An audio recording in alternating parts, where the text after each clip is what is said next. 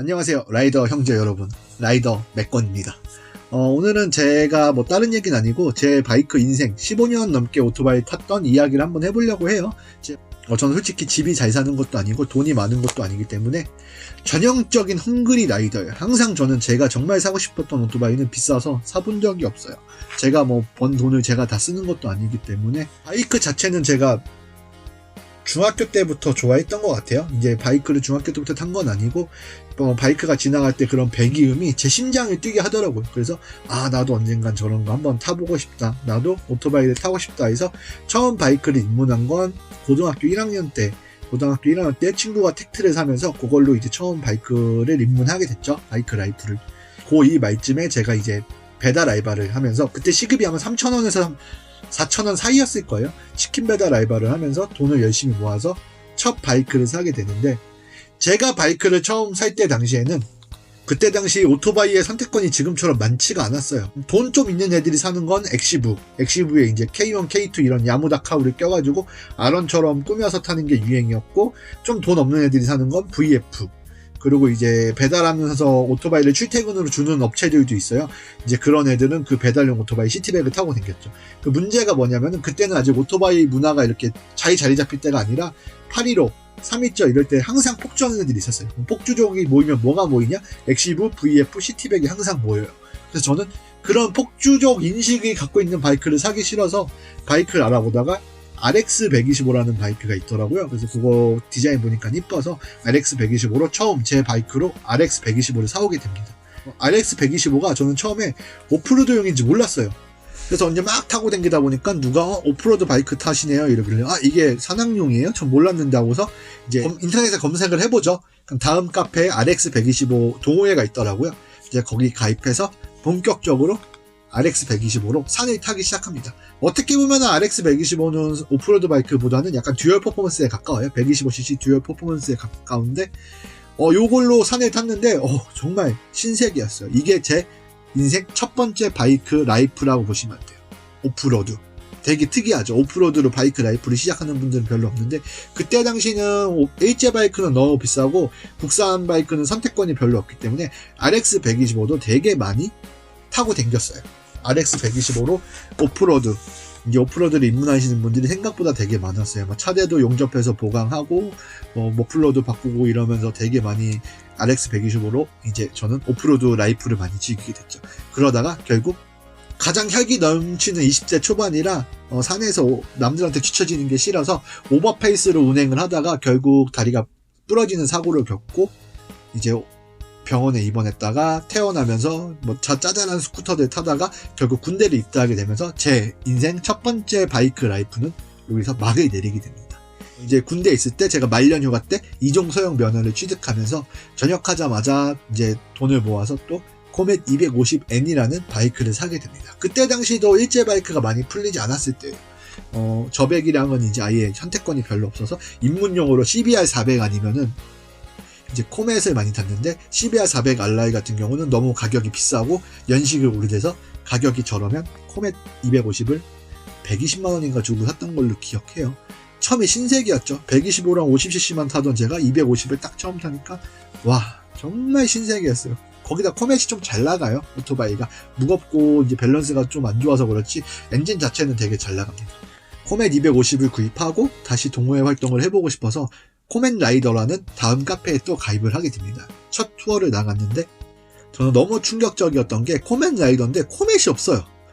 코멧 라이더 코멧 동호회라 그래서 나갔는데 코멧이 250N 저 한 대랑 250R 딱 한 대 나오고 나머진 다 일제, R1, i6, 페이저, CBR 600, F4i 이렇게 막 몰려서 나온 거예요. 그리고 그분들이 하는 말이 코멧 그거 왜 타요? 쓰레기인데?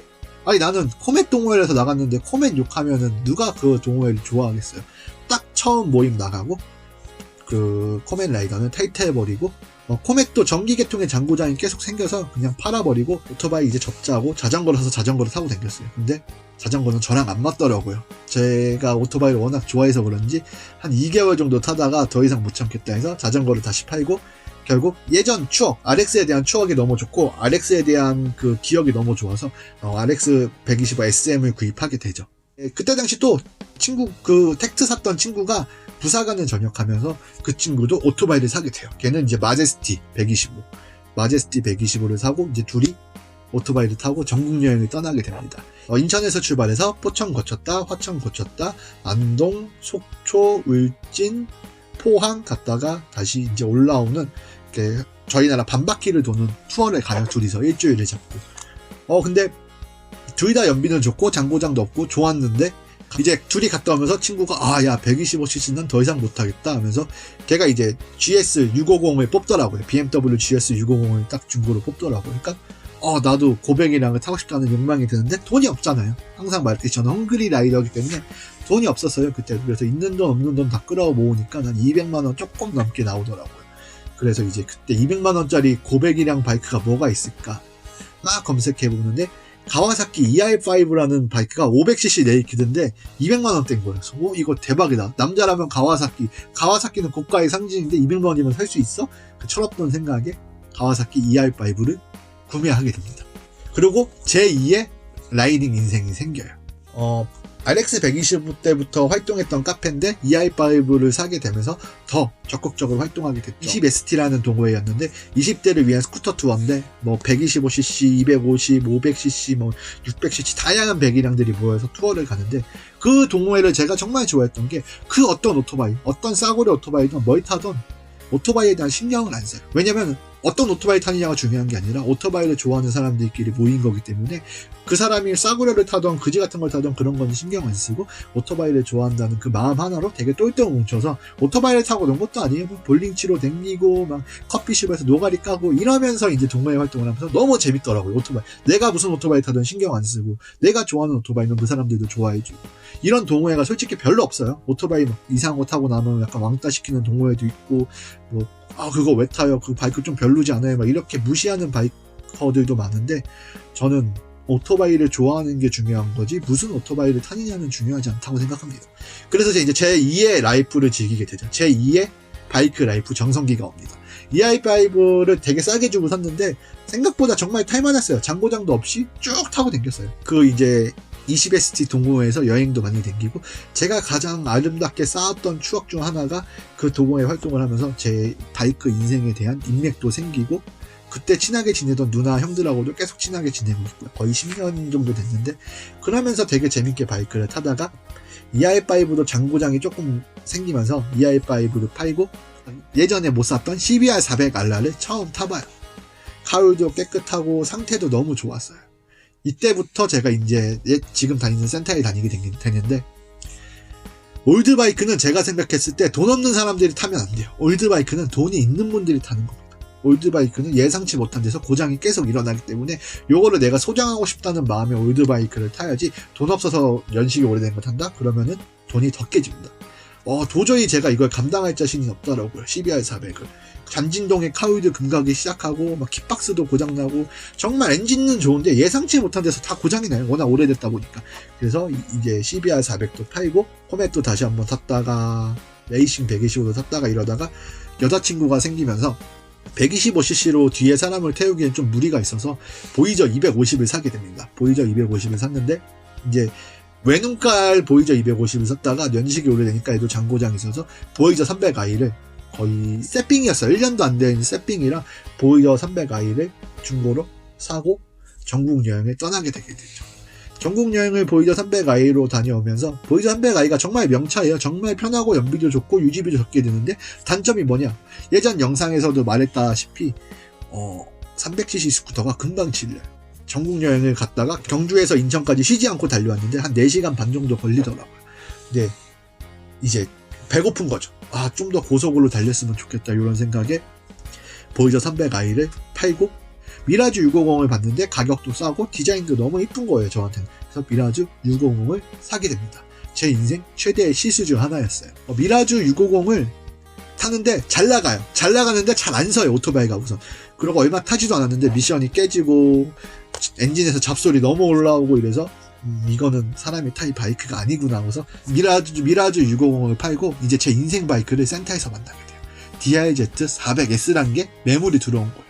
RX랑 비슷하게 생겼잖아요. 그래서 이거 너무 이쁘고 제 눈에 너무 이쁘고 이건 정말 사고 싶던 거예요. 왜냐면 제가 RX 125를 탈 때도 DI 350을 되게 사고 싶어 했어요. 그래서 센터 사장님한테 형 이거 저한테 싸게 주면 안 돼요? 쫄라가지고 그거를 제가 가져오게 되면서 제 3회차 바이크 라이프 인생이 시작됩니다.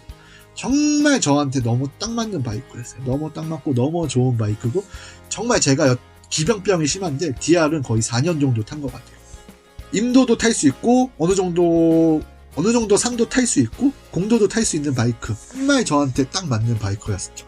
이제 요 바이크를 타면서 새로운 이제 블로그 어떤 형하고 친해지면서 그 형이 카페를 또 만들고 동호회를 만들면서 이제 거기서 또 사람들하고 친해지면서 이제 제 바이크 인생 3회차가 시작되죠. DIZ는 정말 재밌게 타고 출력을 끝까지 다 쥐어짜면서 저한테 가장 잘 맞는 바이크 중 하나였어요. 그러다가 이제 동호회 분들이 다 듀얼 어드벤처 바이크 고뱅이라고 넘어가니까 제가 따라갈 수가 없는 거예요. 이제 장거리 투어나 이럴 때 DR은 장거리는 좀 힘들거든요. 엉덩이도 아프고 출력도 한계가 있다 보니까 다 그런 식으로 가고 나도 이제 100이랑 올리자. 그래서 이제 오토바이 센터 사장님한테 사장님 뭐 좋은 거 없을까요? 이러니까 V스트롬을 추천하더라고요. 그래서 센터 사장님하고 저하고 동시에 V스트롬 신차를 내려요. 바이크 인생 10년차 때 처음으로 신차를 내린 거였어요. 근데 제가 너무 무리하게 신차를 내리면서 돈에 쪼들리면서 결국 얼마 못하고 V스트롬을 다시 팔아요. V스트롬은 말이 듀얼이지 솔직히 임도를 타기에는 좀 적합하지 않아서 팔게 되고 다시 DR을 가져오게 돼요. DR에다 사이드 브라켓을 제작해서 거기에 이제 짐을 싣고 본격적으로 솔로 모터 캠핑을 시작해요. 왜냐하면 DR로는 못 가는 길이 없으니까 웬만한 데는 다 가요. 시냇물도 다 도화가 가능하고 하다 보니까 DR에다가 이제 캠핑 장비를 이빠이 실어가지고 오지 캠핑을 많이 다녔어요. 그때 정말 캠핑 혼자 많이 다닌 것 같네요. 그러고서 이제 DR에 계속 또 장고장이 생기고 이러니까 스트레스 받아서 DR을 팔고 익사이팅 400을 가져와요. 익사이팅 400을 타다가 정말 익사이팅 400도 괜찮은 스쿠터예요. 킴코 기술력이 정말 좋긴 하더라고요. 이제 가난한 자들의 TMAX라고 불리는데 익사이팅 400을 한 6개월 정도 소장하다가 익사이팅 400의 가장 큰 단점이 초반 스타트가 너무 안 좋아서 난 초반에 치고 나가는 게 좋은데 초반에 너무 둔탁하게 나가니까 익사이팅 400을 팔고 BMW F800 ST를 가져오게 됩니다. 그리고 한 달 만에 다시 그냥 팔아버려요. 이게 BMW랑 저랑은 뭐가 좀 안 맞더라고요. 저는 개인적으로 BMW를 안 좋아해서. 그러고서 이제 뭐를 사지 하다가 센타에 이제 할리가 한 대 있길래 센타 형이 야 할리 한번 타봐. 할리도 괜찮아 이랬는데 저 돈 없어서 못 타요. 그러니까 그럼 너가 있는 돈만 주고 나중에 천천히 돈을 다시 주거나 아니면 좋은 내가 준 돈에 괜찮은 매물이 나오면 그걸로 다시 바꿔가 이러면서 센타에서 지원을 해줬고 할리를 타게 됩니다. 옛날부터 할리는 한번 타보고 싶었는데 막상 타니까 정말 할리 괜찮더라고요. 그래서 할리는 좀 오래 타고 싶은 생각을 갖고 있었어요. 근데 할리도 팔게 되죠. 왜? 센타에 이제 AK550 시승차가 나왔는데 제가 그거를 이제 시승기를 한번 써보려고 유튜브를 하면서 빌렸다가 사고가 나면서 쌍방과실이 돼버리면서 이제 AK가 사고가 나면서 그 수리비로 그냥 할리를 넘겨줘요. 할리가 그때 한 400만원 정도 제 돈이 들어있었는데 할리를 그냥 넘겨주게 됩니다. 제 마지막 자존심이자 제 유일한 재산이었던 할리를 바이크센터에 수리비로 그냥 던져주게 돼요. 형 이제 저 오토바이 못 탈 것 같아요. 돈이 없어서. 돈 모을 때까지는 되게 오래 걸릴 것 같고 바이크를 탈 여유가 없으니까 바이크 라이프는 여기서 정리해야 될 것 같습니다. 형 아쉽네요. 오토바이 되게 좋아했는데 이렇게 얘기하니까 이제 센터 사장님이 곰곰이 생각하더니 맥건 너가 바이크를 좋아하니까 형하고 알고 지낸 지 10년이 넘었잖아. 그러니까 너한테 형이 선물로 봄이 되면은 바이크 한 대 만들어서 네가 돈이 모일 때까지 장기 렌트를 해줄게. 무상 장기 렌트를 해주니까 타 이러는 거예요. 그래서 뭐 줄 건데요? 시티백 이런 거 줄 거잖아요. 장난을 이렇게 얘기했죠. 그러니까 뭐가 있지 막 센터 사장님이 그러는데 그때 당시 DR400 SM이 한 대가 있었어요. 그 센터에. 근데 그게 지금 아직 수리를 해야 되는 바이크라 형 그럼 저 DR400 SM 주세요. 이렇게 얘기한 거죠. 그래서 전 영상에서 DR400 SM으로 복귀할 거라 그랬고 그렇게 얘기했는데 막상 이제 DR보다는 조금 더 장거리가 가능한 센터 사장님도 이제 오토바이를 내려서 투어를 떠난다니까 센터 사장님하고 같이 투어를 떠날 수 있는 바이크가 있으면 좋겠다는 생각에 DR은 조금 마음을 접고 이제 거기 있던 바이크 하나를 얻게 됩니다. 영상으로 한번 보실게요.